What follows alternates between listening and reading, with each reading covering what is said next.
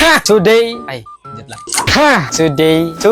This day, ngayong araw, karon adlaw, is ato na siyang asimbolo. Unsay asimbolo ni mo boy? Ang ato ang sumubot. So here's the update. I already have the bolts and nuts are delivered yesterday, and these are plastic bolts and nuts so that I won't be worrying about short circuits. No? So yeah, the chassis, the top cover, and the components of the van, the Sumobot to the shop so that we can install all the components, drill some holes, and yeah, assemble it. Yeah, so we're going to bring this there. So these are the components. And nilagay ko lang siya sa isang maliit na kahon ng Ferrero Rocher. Habang tinatanggal ko, i-explain ko sa inyo kung ano tong mga components na ginamit ko. So this is, una nating tatanggalin ay ang L29-8N na motor driver. So this is what drives the Sumobot. So dire na to itawad ang atong mga motors mamaya. So I made all the wires and components detachable to its board. And this is the IR sensor. IR means infrared sensors. Yep, this is the VL53L0X sensors, short for VC cells. We have 6 of these. Syempre, ang ating ESP32 on our soldered circuit board, put it there. And our N20 motors, which is already attached to our, very snug attached to our chassis. So these holes are still small, and look, the hole of our tadi siya ay perting gamaya. I don't know if this can ano yung position. And then top cover. So diba Ferrero Rocher? We are going to use an electrical bolts in nuts. Drilling time. Drill time.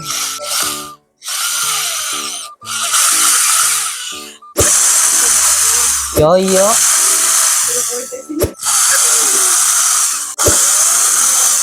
To the Leo.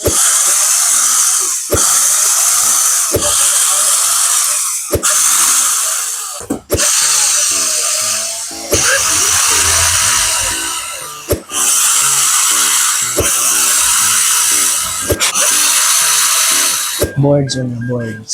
Stud bolts.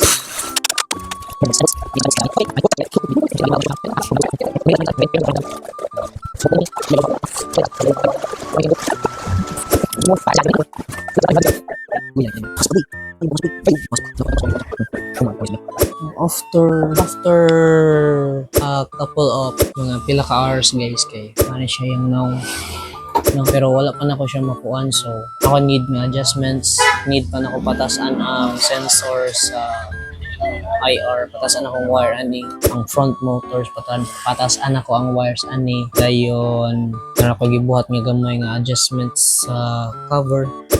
Kaning push button is ano man siya padung sa diri. Okay, then we're going to cover it up. Now we have our covered up pansa, and ang kulang na lang na to is ang cover niya diri. I think I still need some adjustment diri sa wires, sa VC cells.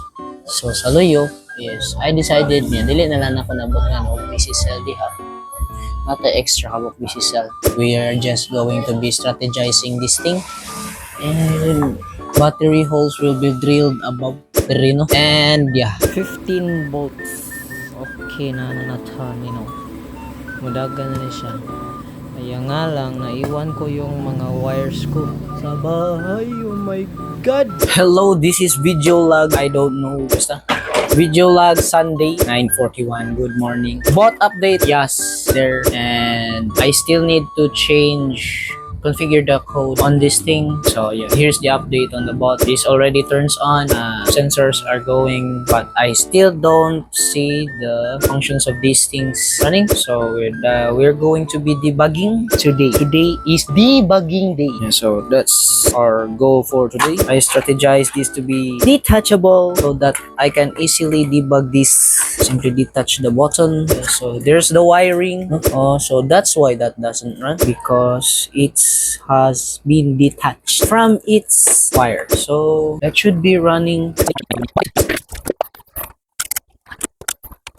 Okay, so still trying to figure this thing out. all the motors are now running, and I'm trying to 1, 2, 3, 4, 5. Mhm. But this is running different directions, so this and this one are going the same direction, and this is going the other way. So I think dati kailangan balihon. Pwede na to siya balihon sa wire, but I prefer na balihon na to siya sa kwan, sa code, diba? So let's solve that problem. And also I did not ano na to, if no, let's see if mo react ba siya sa IR sensor.